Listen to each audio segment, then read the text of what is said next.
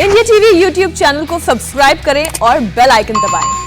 और कोरोना को लेकर प्रधानमंत्री मुख्यमंत्रियों के साथ बैठक कर रहे हैं और इसी में वो संबोधन कर रहे हैं। आइए लिए चलते हैं। वर्तमान परिस्थिति की जो गंभीरता है उसका आकलन करते हुए कई महत्वपूर्ण बिंदु आज सामने रखे हैं और कई जरूरी सुझाव भी दिए हैं। और बहुत स्वाभाविक था कि जहां पर मृत्यु दर ज़्यादा है, जहां पर कोरोना का स्प्रेड तेज हो रहा है, उन राज्यों के साथ विशेष रूप से चर्चा की गई है। लेकिन बाकी राज्यों के पास भी काफ़ी अच्छे सुझाव हो सकते हैं। तो मैं आग्रह करूंगा कि ऐसे कोई पॉजिटिव सुझाव जो जरूरी हैं, आपको लगता है वो मेरे तक पहुंचाइए, ताकि कोई न कोई रणनीति बनाने में वो उपकारक होंगे। अभी यहाँ जो भारत सरकार की तरफ से स्वास्थ्य सचिव की तरफ से प्रेजेंटेशन रखा गया, उससे भी स्पष्ट है कि एक बार फिर चुनौतीपूर्ण स्थिति बन रही है। कुछ राज्यों में स्थिति ज्यादा चिंताजनक है। ऐसे में गवर्नेंस सिस्टम में सुधार ये बहुत आवश्यक है। ये मैं समझ सकता हूं कि साल भर की इस लड़ाई के कारण व्यवस्था में भी थकान आ सकती है, ढीलापन भी आ सकता है। लेकिन ये 2-3 सप्ताह और अगर हम टाइट करें और अदर गवर्नर्स को बड़ा मजबूत करें, इस पर हमने बल देना चाहिए। साथियों, आज की समीक्षा में कुछ बातें हमारे सामने स्पष्ट हैं और उन पर हमें विशेष ध्यान देने की जरूरत है।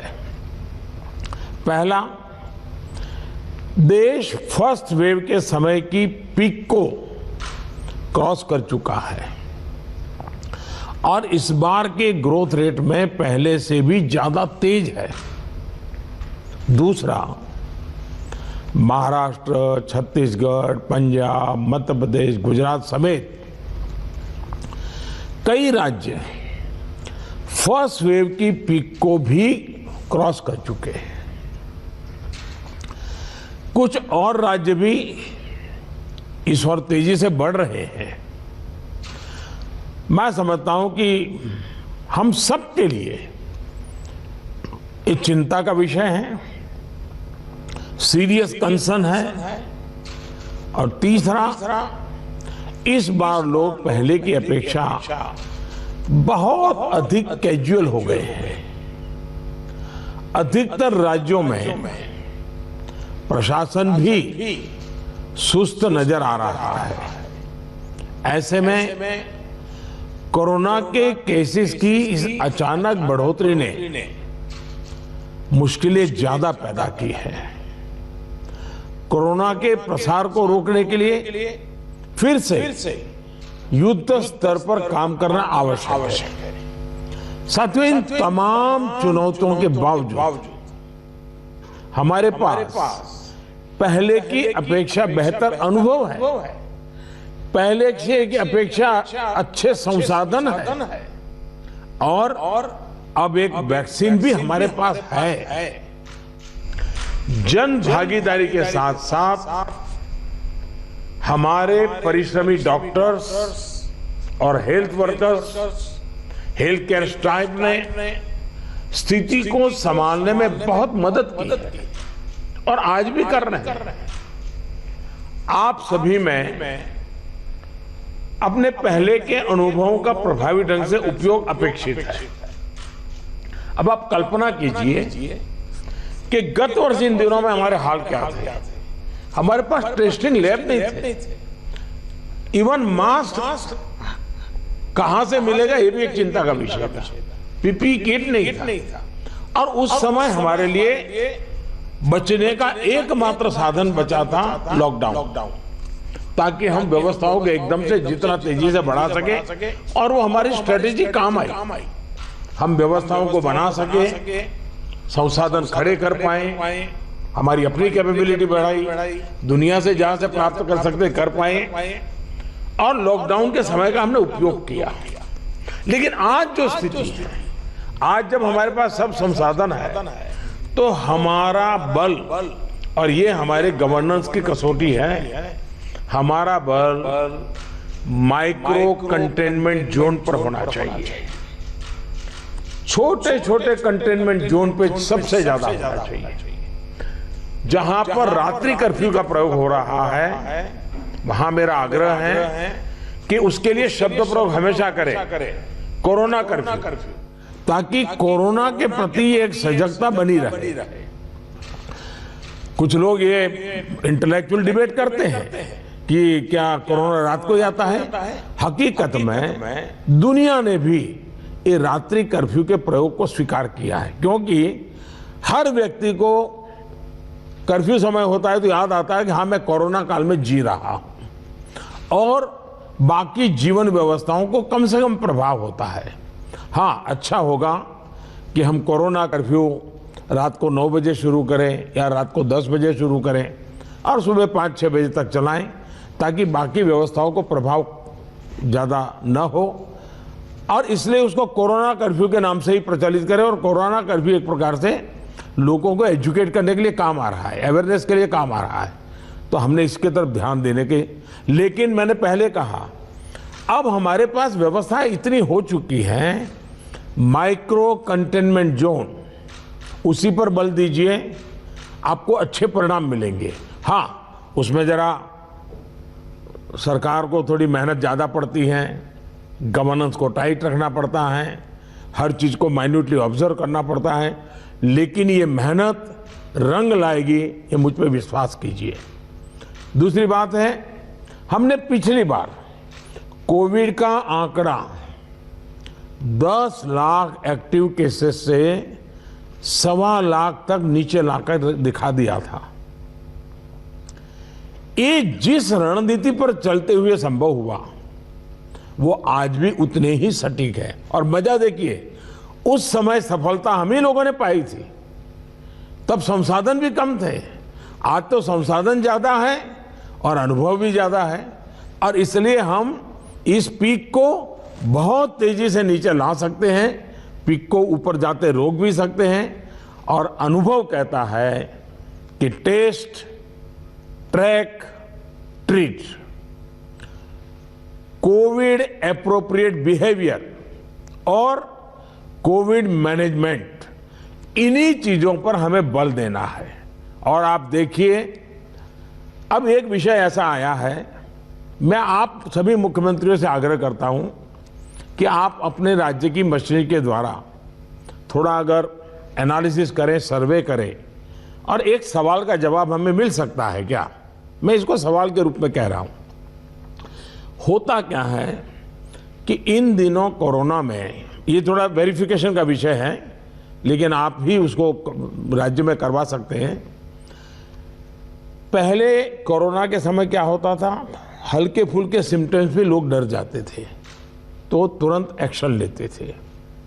दूसरा, इन दिनों बहुत पेशेंट असिम्टोमेटिक है, और उसके कारण उनको लगता है तो ऐसे ही थोड़ा जुकाम हो गया, ऐसा हो गया, कभी कभी तो वो भी नजर नहीं रहा, और उसके कारण वो परिवार में पहले की तरह ही जिंदगी जीते हैं, और परिणाम स्वरूप पूरा परिवार लपेट जाता है, और फिर इंटेंसिटी बढ़ती है, तब हमारे ध्यान आता है। जो आज परिवार जो इसमें लपेट में आ रहे हैं, उसका मूल कारण है शुरुआत एसिम्टोमेटिक से होती है और केयरलेस होती है। उसका उपाय क्या है? उसका उपाय है प्रोएक्टिव टेस्टिंग। हम जितना ज्यादा टेस्टिंग करेंगे तो एसिम्टोमेटिक जो पेशेंट होगा वो भी ध्यान में आ जाएगा, तो परिवार में होम क्वारंटाइन वगैरह ढंग से कर लेगा। वो परिवार के साथ जैसे नॉर्मल जिंदगी जीता है वो नहीं जिएगा, और इसलिए पूरा परिवार जो आज सब लपेट में आ जाता है उसको हम बचा सकते हैं। और इसलिए हम अभी चर्चा जितनी वैक्सीन की करते हैं, उससे ज्यादा चर्चा हमें टेस्टिंग की करने की जरूरत है, बल टेस्टिंग पर देने की जरूरत है। और हमने सामने से टेस्टिंग के लिए जाना है, उसको तकलीफ हो और फिर टेस्टिंग करने के लिए आए और फिर उसको पॉजिटिव नेगेटिव मिल जाए, और वो मैं समझता हूँ क्रम हमारे लिए थोड़ा बदलना पड़ेगा। हमारे पास वायरस को कंटेन करने के लिए एक अहम तरीका है कि हम ह्यूमन होस्ट को कंटेन करें। मैंने पहले भी कहा था, ये कोरोना एक ऐसी चीज है कि जब तक आप उसको लेकर के नहीं आओगे घर में नहीं आता है। और इसलिए ह्यूमन सोर्स जो है हर एक को हमने जागरूक करना पड़ेगा, उसने नियमों का पालन करना होगा, ये बहुत आवश्यक है। और निश्चित तौर पर इसमें टेस्टिंग और ट्रैकिंग की बहुत बड़ी भूमिका है। हम टेस्टिंग को लाइट न लें। टेस्टिंग को हमें हर राज्य में इतना बढ़ाना होगा कि पॉजिटिव रेट कैसे भी करके 5% के नीचे ला करके रख जाए। और आपको याद होगा, शुरू में जब कोरोना की खबरें आने लगी तो हमारे यहाँ कंपटीशन होने लगी। वो राज्य तो निकम्मा है, वहाँ बहुत बढ़ गया, फलाना राज्य बहुत अच्छा कर रहा है, राज्यों की आलोचना करना बड़ा फैशन हो गई थी। तो पहली मीटिंग में मैंने आप सबसे कहा था कि संख्या बढ़ने से आप जरा भी चिंता मत कीजिए, उसके कारण आपका परफॉर्मेंस बुरा है, प्रेशर में मत रहिए, आप टेस्टिंग पर बल दीजिए। और वो बात मैं आज भी कह रहा हूँ, संख्या ज़्यादा है इसलिए आप गलत कर रहे हैं, ये सोचने की ज़रूरत नहीं है। आप टेस्टिंग ज़्यादा करते हैं, उसके कारण पॉजिटिव केस नज़र आते हैं, लेकिन बाहर निकलने का रास्ता वही है। और जो आलोचना करने वाले हैं, थोड़े दिन आलोचना सुननी पड़ेगी, लेकिन रास्ता तो टेस्टिंग का ही है। टेस्टिंग के कारण आंकड़ा बड़ा आ जाता है, आने दीजिए। उसके कारण कोई राज्य अच्छा है, कोई राज्य बुरा है, ऐसा मूल्यांकन का तरीका ठीक नहीं है। और इसलिए मेरा आपका आग्रह है कि इस प्रेशर से बाहर निकल जाइए, टेस्टिंग को बल दीजिए। भले पॉजिटिव केस ज़्यादा आते हैं, आने दीजिए, लेकिन उसी का तो हम उपाय कर पाएंगे। और हमारी टारगेट 70% 70% RT-PCR टेस्ट करने का है। कुछ जगह से मेरे पास खबर आई है, मैंने वेरीफाई नहीं किया है, कि कुछ लोग जो RT-PCR टेस्ट कर रहे हैं उसमें जो सैंपल लेते हैं उसमें बहुत लेथार्जिक है, ऐसे ही मुंह के आगे ही से सैंपल ले लेते हैं। ऐसा है, बहुत गहरे जाकर के सैंपल लिए बिना रियल रिजल्ट मिलता ही नहीं है। अगर आपने ऊपर से ले लिया मुंह में थोड़ा सा डाल करके, तो जो रिजल्ट आएगा वो तो नेगेटिव ही आने वाला है। और इसलिए जब तक सुई को अंदर डाल करके सैंपल नहीं लेते हैं, जिन राज्यों में ये हो रहा है इसको रोकने के लिए कोशिश कीजिए। भले पॉजिटिव केस बढ़े, चिंता मत कीजिए, लेकिन पॉजिटिव केस होगा तो ट्रीटमेंट होगा, लेकिन वो नहीं होगा तो घर में फैलाता रहेगा, पूरे परिवार को, पूरे मोहल्ले को, पूरे टेनामेंट को, सबको लपेट लेगा। हमने पिछली मीटिंग में भी इस पर चर्चा की थी कि RT-PCR टेस्ट बढ़ाने की ज़रूरत है। और फिर मैं कहता हूँ कि प्रॉपर सैंपलिंग और प्रॉपर होना चाहिए। आपने देखा होगा, कुछ लैब सबको निगेटिव दे रही है, कुछ लैब सबको पॉजिटिव दे रही है, तो ये तो अच्छी चित्र नहीं है, तो कहीं कुछ कमी है। और ये गवर्नेंस के माध्यम से हमने चेक करना होगा। कुछ राज्यों को इसके लिए इंफ्रास्ट्रक्चर बढ़ाने की जरूरत होगी, लेकिन इसे जितनी तेजी से करेंगे उतना ही मददगार होगा। लैब में शिफ्ट बनाने की जरूरत करनी है, तो मैं समझता हूं इसे भी किया जाना चाहिए। साथ ही मैंने जैसे पारण में कहा, कंटेनमेंट जोन्स में टेस्टिंग पर हमें बहुत बल, जिस कंटेनमेंट जोन तय करें उसमें एक भी व्यक्ति टेस्टिंग के बिना रहना नहीं चाहिए। आप देखिए, आपको परिणाम फटाफट मिलना शुरू हो जाएगा। साथियों, जहां तक ट्रैकिंग का प्रश्न है, प्रशासनिक स्तर पर हर इन्फेक्शन के हर कॉन्टैक्ट को ट्रैक करना, टेस्ट करना और कंटेन करना, इनमें बहुत तेजी की जरूरत है।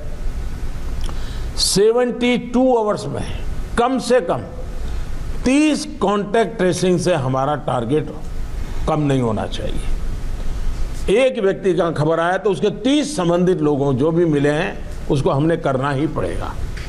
कंटेनमेंट जोन की भी सीमाएं स्पष्ट होनी चाहिए, वेग नहीं होना चाहिए। पूरे के मोहल्ले इलाके के इलाके ऐसा मत करो। अगर 2 फ्लैट हैं, एक इमारत में 6 मंजिला है, तो फिर उतनों को ही करो। बगल का टावर है, उसको बाद में देखो। अदरवाइज क्या होगा कि हम सब के सब सरल मार्ग यही है कि मेहनत कम पड़ती है, ये कर दो, उस दिशा में मत जाइए। आप सब इस दिशा में सक्रिय हैं, बस हमारी सतर्कता में कोई कमी नहीं आनी चाहिए, यही मेरा आग्रह रहेगा।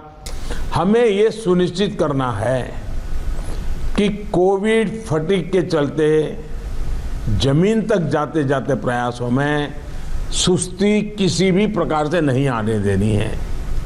कई राज्यों में कॉन्टैक्ट ट्रेसिंग को पीरियोडिकली क्रॉस चेक करने के लिए भी टीम्स बनाकर काम किया है। इसके अच्छे नतीजे मिले हैं। हम सबको ये भी अनुभव है कि जहां कंटेनमेंट जोन में हेल्थ मिनिस्ट्री की एसओपीज का, और मैं मानता हूं ये एसओपी बड़े अनुभव से तैयार हुई है और समय समय पर उसको अपग्रेड किया गया है, उस एसओपी का प्रभावी पालन हो रहा है, वहां बहुत अच्छी सफलता मिल रही है। इसलिए मेरा ये सुझाव जरूर होगा कि इस और विशेष ध्यान दिया जाए। साथियों, हमने चर्चाओं के दौरान अभी मोर्टालिटी रेट पर चिंता जताई, ये कम से कम रहे, इन पर भी हमें बहुत जोर देना है।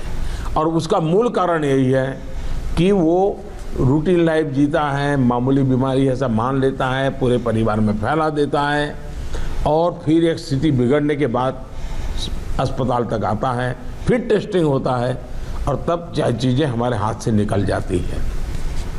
हमारे पास हर हॉस्पिटल में डेथ एनालिसिस की जानकारी होनी चाहिए। किस स्टेज में बीमारी का पता चला, कब एडमिशन हुआ, मरीज को कौन कौन सी बीमारियां थी, मृत्यु के पीछे अन्य क्या फैक्टर्स रहे, ये डाटा जितना कॉम्प्रिहेंसिव होगा हमें उतने ही जीवन बचाने में बहुत आसानी होगी। साथियों, मैं आपकी भी जानकारी में है कि एम्स दिल्ली हर मंगलवार और शुक्रवार को इस विषय पर वेबिनार आयोजित करते हैं और देश भर के डॉक्टर्स उनसे जुड़ते हैं। ये लगातार होते रहना चाहिए। सभी राज्यों के अस्पताल इनसे जुड़ते रहें। जो नेशनल क्लिनिकल मैनेजमेंट प्रोटोकॉल चल रहा है उनकी जानकारी सबको रहे, ये भी जरूरी है। और ये लगातार कम्युनिकेशन की व्यवस्था है। जो मेडिकल फैकल्टी के लोग हैं उनको उन्हीं की भाषा में उन्हीं को लोग समझाएं, इसका प्रबंध है, इसका लाभ लेना चाहिए। इसी तरह एम्बुलेंसेस, वेंटिलेटर्स और ऑक्सीजन अवेलेबिलिटी की भी लगातार समीक्षा आवश्यक है। अभी तक जब पिछली बार हम पीक में थे, आज भी देश में उतना ऑक्सीजन का उपयोग नहीं हो रहा है और इसलिए एक बार एनालिसिस कर लें हम चीज़ों का, रिपोर्ट को जरा वेरीफाई कर लें हम। साथियों, एक दिन में हम 40 लाख वैक्सीनेशन के आंकड़े को भी पार कर चुके हैं। वैक्सीनेशन पर कई महत्वपूर्ण बिंदु इस चर्चा में हमारे सामने आए हैं। देखिए, वैक्सीनेशन में भी आपके अधिकारियों को लगाइए, दुनिया भर के समृद्ध से समृद्ध देश जिसके पास सब सुविधाएं उपलब्ध है, उन्होंने भी वैक्सीनेशन के लिए जो क्राइटेरिया तय किए हैं, भारत उनसे अलग नहीं है। आप जरा स्टडी तो कीजिए, आप पढ़े लिखे लोग आपके पास है, जरा देखिए तो सही। और नए वैक्सीन डेवलपमेंट के लिए जितना भी कोशिश हो रही है, मैक्सिमम वैक्सीनेशन और मैन्युफैक्चरिंग कैपेसिटी है, उसके लिए भी काम हो रहा है। और वैक्सीन के डेवलपमेंट से लेकर स्टॉक और वेस्टेज जैसे जरूरी बिंदुओं पर भी चर्चा हुई है। ये बात सही है। आपको मालूम है कि भी इतनी वैक्सीन बन पाती है। अभी ऐसा तो नहीं है कि इतने बड़े बड़े फैक्ट्रियाँ कोई रातों रात लग जाती हैं। जो हमारे पास अवेलेबल है उसके हमें प्रायोरिटाइज करना पड़ेगा। किसी एक राज्य में सारा माल रख करके हमें परिणाम मिल जाएगा, ये सोच ठीक नहीं है। हमें पूरे देश को ख्याल करके ही उसको मैनेजमेंट करना पड़ेगा। कोविड मैनेजमेंट का एक बहुत बड़ा पार्ट वैक्सीन वेस्टेज ये रोकना भी है। साथियों, वैक्सीन को लेकर राज्य सरकारों की सलाह, सुझाव और सहमति ने से ही देशव्यापी रणनीति बनी है। मेरा आप सभी से आग्रह होगा कि हाई फोकस्ड रिस्ट्रिक्शन जो है उनमें 45 साल के ऊपर 100% वैक्सीन के लिए लगातार प्रयास कीजिए। एक बार एक तो अचीव करके देखिए।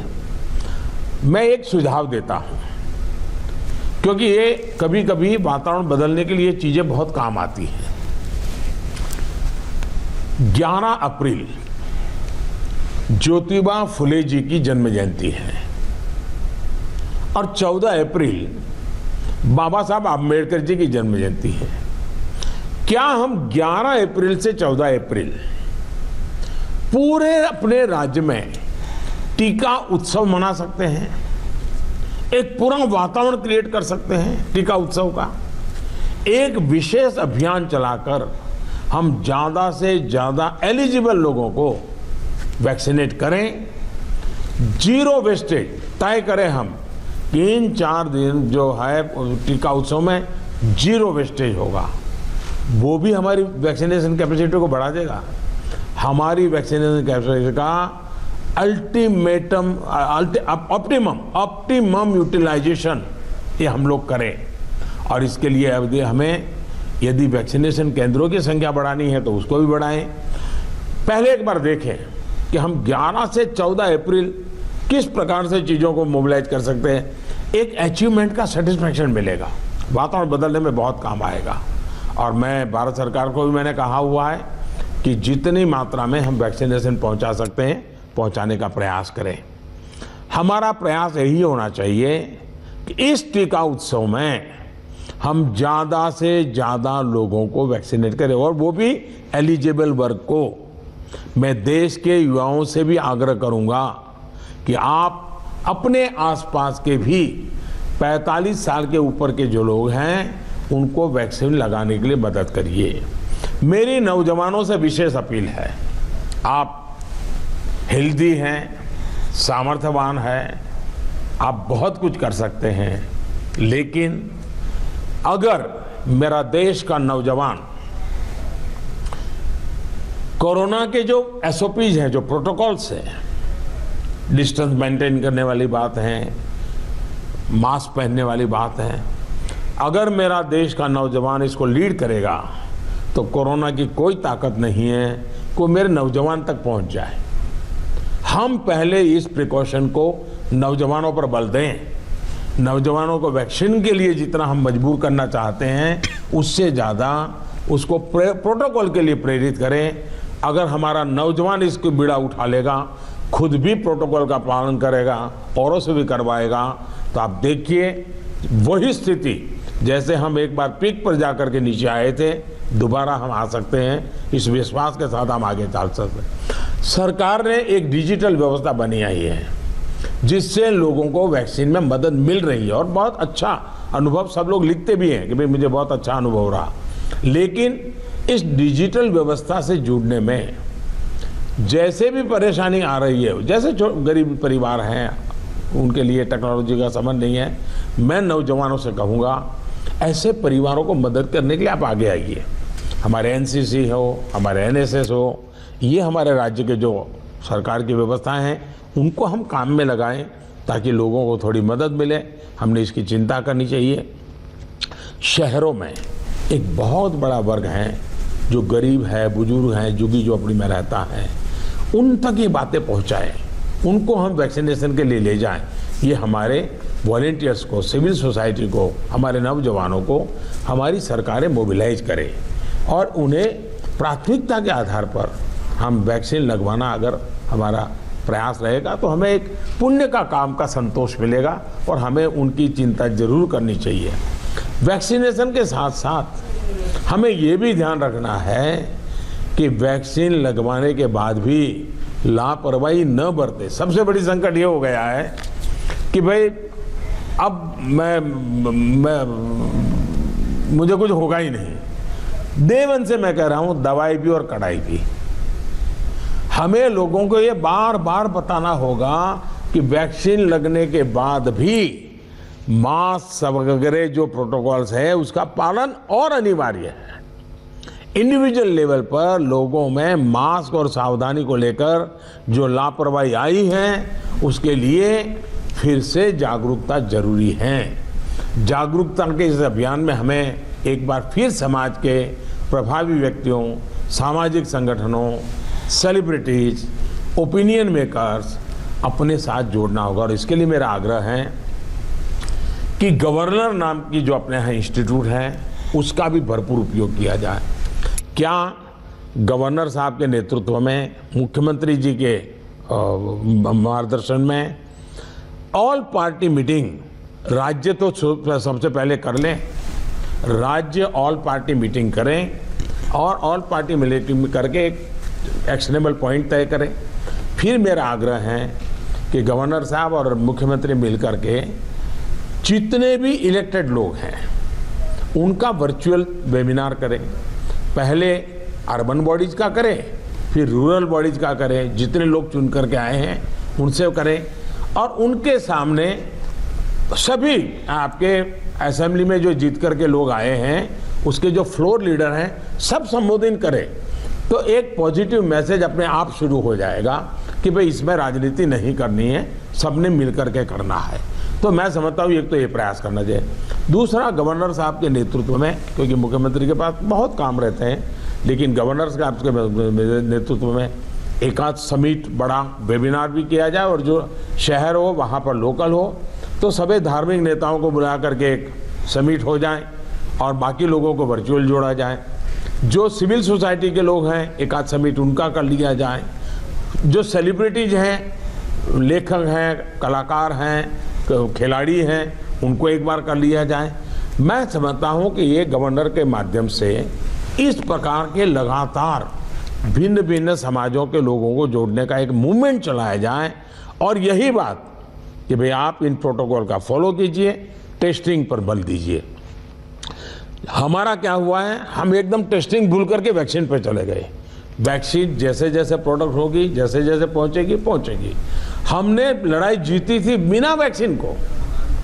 वैक्सीन आएगी कि नहीं आएगी वो भी भरोसा नहीं था, तब हम लड़ाई जीते हैं। तो आज हमें इस प्रकार से भयभीत होने की कोई ज़रूरत नहीं है, लोगों को भयभीत होने नहीं देना है। अगर हम जिस तरीके से लड़ाई को लड़े थे उसी तरीके से लड़ाई को जीत सकते हैं। और जैसा मैंने कहा, पूरे परिवार लेपट में आ रहे हैं, उसका मूल कारण जो मुझे नज़र आता है, फिर भी आप लोग इसको वेरीफाई कीजिए। मैं क्लेम नहीं कर रहा हूँ किसी चीज़ का, मैं सिर्फ अपना ध्यान आकर्षित करता हूँ कि एसिम्प्टोमेटिक कारणों से शुरू में परिवार में ये फैल जाता है, फिर अचानक परिवार में जो पहले से बीमार व्यक्ति हैं या कुछ करने वाला है वो एकदम से नए संकट में आ जाता है, फिर पूरा परिवार संकट में आ जाता है। और इसलिए मेरा आग्रह है, प्रोएक्टिवली हमने टेस्टिंग पर बल देना होगा। हमारे पास व्यवस्थाएं हैं, हिंदुस्तान के हर जिले में लैब बन चुकी हैं। एक लैब से शुरू किया था हमने, आज हर जिले में लैब पहुंच गई है। और हम इस चीज़ को बल ना दे तो कैसे होगा। इसलिए मेरा आग्रह है, जहाँ तक राजनीति करना न करने का सवाल है, मैं तो डे वन से देख रहा हूँ, भांति भांति के बयानों को झेल रहा हूँ, लेकिन मैं कभी मुंह खोलता नहीं हूँ, क्योंकि मैं मानता हूँ ये हिंदुस्तान के लोगों की सेवा करना पवित्र हमारा जिम्मेवारी है। हमें ईश्वर ने इस समय ये कठिन परिस्थिति में सेवा करने का जिम्मा दिया है, हमने इसको निभाना है। जो राजनीति करना चाहते हैं वो कर ही रहे हैं, उनके लिए मुझे कुछ कहना नहीं है। लेकिन हम सभी मुख्यमंत्री अपने राज्य के सभी दलों को बुला करके, सभी प्रकार के लोगों को साथ रख करके अपने राज्य में स्थिति को बदलने के लिए आगे आएंगे। मुझे पक्का विश्वास है इस संकट को भी हम देखते ही देखते पार करके निकल जाएंगे। फिर एक बार मेरा यही मंत्र है, दवाई भी और कड़ाई भी। ये इस विषय में कोई कॉम्प्रोमाइज मत कीजिए जी। मैंने पिछली बार भी कहा था कि आपको जुकाम की दवा ले ली और बार बारिश आ रही है, आप कहें मैं छाते का उपयोग नहीं करूंगा, ये नहीं चल सकता है। आपको अगर जुकाम हुआ है, दवाई ली है, ठीक हुए, तो भी अगर बारिश आ रही है तो आपको छाता रखना ही पड़ेगा, रेनकोट पहनना ही पड़ेगा। वैसा ही ये कोरोना एक ऐसी बीमारी है, जैसे हर प्रोटोकॉल में फॉलो करते हैं, इसको भी करना पड़ेगा। और मैं ये कहूँगा कि जैसे हमने पिछली बार कोरोना को नियंत्रित किया था, वैसे ही हम इस बार भी कर लेंगे। मेरा पक्का विश्वास है और मेरा आप पर भरोसा है। आप अगर इनिशिएटिव लेंगे, चिंता करेंगे और फोकस टेस्टिंग पे कीजिए। वैक्सीनेशन की व्यवस्था एक लंबे कालखंड के लिए है, जो निरंतर चलानी होगी, वो चलाते रहेंगे। आज बल हम इस पर दें और जो एक टीका उत्सव एक ब्रेक थ्रू करने के लिए तय किया है, उस टीका उत्सव पर हम एक नई सफलता प्राप्त करें। एक नया विश्वास पैदा करने के लिए एक छोटा सा अवसर काम आ सकता है। मैं फिर एक बार आपके सुझावों की प्रतीक्षा करूंगा। बहुत बहुत धन्यवाद। धन्यवाद प्रधानमंत्री। तो मुख्यमंत्रियों से बातचीत में प्रधानमंत्री ने बड़ी और महत्वपूर्ण बात की। उन्होंने 3 मैसेजेस दिए हैं। पहली बात, कम से कम 70% टेस्टिंग आरटीपीसीआर से करें। दूसरी बात प्रधानमंत्री ने कही कि सैंपल सही तरीके से लें। और फिर तीसरी बात यह कि कॉन्ट्रैक्ट ट्रेसिंग पर जरूर ध्यान दें। प्रधानमंत्री ने आज मुख्यमंत्रियों को कहा कि कॉन्ट्रैक्ट ट्रेसिंग पर यह बात बेहद ध्यान रखने वाली है कि हर मरीज के कम से कम 30 कॉन्टैक्ट हो सकते हैं और उनको ट्रेस करना बेहद जरूरी है। और साथ साथ उन्होंने कहा कि इस बार हमारे पास संसाधन है, हमें समझ अच्छी है, तो पहले की अपेक्षा हम बेहतर स्थिति में हैं। प्रधानमंत्री ने कहा कि हर राज्य को टेस्टिंग पर जोर देना होगा। अस्पतालों के इंफ्रास्ट्रक्चर पर ध्यान दिया जाना चाहिए। 3 हफ्तों के अंदर अस्पतालों को अपने यहां बेड के अलावा ऑक्सीजन और वेंटिलेटर सिस्टम को बेहतर करना होगा। ये तमाम बातें प्रधानमंत्री ने कही। उन्होंने कहा कि 45 वर्ष से जो ज्यादा लोग हैं, उन सभी लोगों को टीका लगे और इस पर स्थानीय प्रशासन यानी लोकल एडमिनिस्ट्रेशन को ज्यादा ध्यान देना होगा। प्रधानमंत्री ने कहा कि पूरा भारत अगर 11 से 14 अप्रैल के दौरान ज्यादा से ज्यादा वैक्सीन टीका लगाए और इन दिनों को टीका उत्सव की तरह मनाए ताकि वैक्सीन वेस्टेज को कम किया जा सके। इस बात पर भी प्रधानमंत्री ने जोर दिया। उन्होंने कहा कि 45 वर्ष से ज्यादा लोगों को वैक्सीन लगे और वहीं नौजवान लोग जो हैं इस वक्त मास्क जरूर लगाएं और दूसरों को भी ऐसा करने के लिए कहें। प्रधानमंत्री ने कहा कि वैक्सीन लगवाने के बाद लापरवाही नहीं बरतनी है, मास्क पहनना बेहद जरूरी है और कोरोना को लेकर जो तमाम पाबंदियां हैं उनका पालन भी ठीक से करना होगा। उन्होंने कहा कि कोरोना पर राजनीति यानी पॉलिटिक्स नहीं होनी चाहिए। हर स्टेट में ऑल पार्टी मीटिंग हो, फिर गवर्नर और सीएम वेबिनार करें जिसमें सभी एमएलए शामिल हो। धार्मिक नेताओं के साथ भी वर्चुअल बातचीत की जाए इस पूरे मुद्दे को लेकर। प्रधानमंत्री ने कहा कि दवाई के साथ साथ कड़ाई, ये बात पहले से प्रधानमंत्री करते आ रहे हैं, आज फिर उन्होंने इस बात को दोहराया। उन्होंने कहा कि टेस्टिंग पर फोकस करना जरूरी होगा और यह एक लंबी प्रक्रिया है, लेकिन देश जल्द इसके जरिए कोरोना को काबू कर लेगा। ये तमाम बातें आज प्रधानमंत्री ने मुख्यमंत्रियों के साथ बातचीत करते हुए कही। उन्होंने कहा कि कोरोना पर लोग बेफिक्र हो गए हैं और काफी कैजुअल हो गए हैं। एडमिनिस्ट्रेशन जो प्रशासन है वो भी सुस्त हो गया है, तो इसको ठीक करना होगा। और एक बार फिर से हालात चुनौतीपूर्ण हैं और इनका अच्छे से सामना करना होगा। उन्होंने कहा कि कोरोना कर्फ्यू जो है, अगर आप नाइट कर्फ्यू को ये बोलेंगे तो ऐसे में इससे और अच्छे परिणाम मिलेंगे, यानी एजुकेशन और अवेयरनेस इससे और ज्यादा फैलेगी। और बार बार प्रधानमंत्री ने यह बात कही। उन्होंने कहा कि आज हमारे पास संसाधन है और अनुभव है, पिछले साल से हमने बहुत कुछ सीखा है, तो इसका सही तरीके से इस्तेमाल करना बहुत जरूरी है। 3 T's पे उन्होंने आज भी जोर दिया, टेस्ट, ट्रैक और ट्रीट, यानी कोविड के प्रति एप्रोप्रिएट बिहेवियर और कोविड मैनेजमेंट, इसको ठीक से करने की जरूरत है। और फिलहाल जो फोकस है वो टेस्टिंग पर होना चाहिए। प्रधानमंत्री ने कहा कि दवाई के साथ कड़ाई भी करनी होगी और टेस्टिंग पर फोकस करना होगा। ये लंबी प्रक्रिया है और लेकिन इससे देश जल्द कोरोना को काबू कर लेगा, ऐसा उनको पूरी उम्मीद है। 45 प्लस के लोग जो हैं 11 से 14 अप्रैल की उन्होंने बात की कि इन दिनों को टीका उत्सव की तरह मनाएं और जो नौजवान हैं उनसे अपील की कि ज्यादा से ज्यादा लोग जो 45 प्लस हैं उनको ये वैक्सीन लगे, उनको ये टीका लगे। इसके लिए नौजवानों को आगे आना होगा और वो भी इसमें एक तरह से अवेयरनेस फैलाएं। और वैक्सीनेशन की प्रक्रिया पूरी दुनिया में एक जैसी है। प्रधानमंत्री ने कहा मास्क बेहद जरूरी है, ये नौजवान खुद भी लगाएं और जो उनसे बड़े हैं और जो दूसरे लोग हैं उनको भी ऐसा करने के लिए कहें। प्रधानमंत्री ने कहा कि वैक्सीन लगवाने के बाद लापरवाही कतई नहीं बरतनी है, मास्क जरूरी पहनना है। कोरोना को लेकर तमाम जो पाबंदियां हैं उनका भी अच्छे से अनुसरण करना है, पालन करना है। उन्होंने कहा कि पॉलिटिक्स नहीं होनी चाहिए कोरोना पर। हर राज्य में ऑल पार्टी मीटिंग हो जिसमें तमाम दलों के नेता आए, फिर गवर्नर और सीएम मिलकर वेबिनार करें जिसमें सभी एमएलए जो हैं, जो कि रिप्रेजेंट करते हैं, जनता का प्रतिनिधित्व करते हैं, वो भी आगे आए और जो रिलीजियस गुरुज हैं, धार्मिक नेता हैं, उनके साथ भी वर्चुअल बातचीत की जाए। ये तमाम बातें प्रधानमंत्री ने आज मुख्यमंत्रियों के साथ बैठक में की। पहले उन्होंने तमाम मुख्यमंत्रियों को सुना और फिर अपनी बात इन मुख्यमंत्रियों को उन्होंने कही। और यहां वक्त एक छोटे से ब्रेक का है। ब्रेक के बाद दिखाएंगे दिन भर की 100 बड़ी खबरें।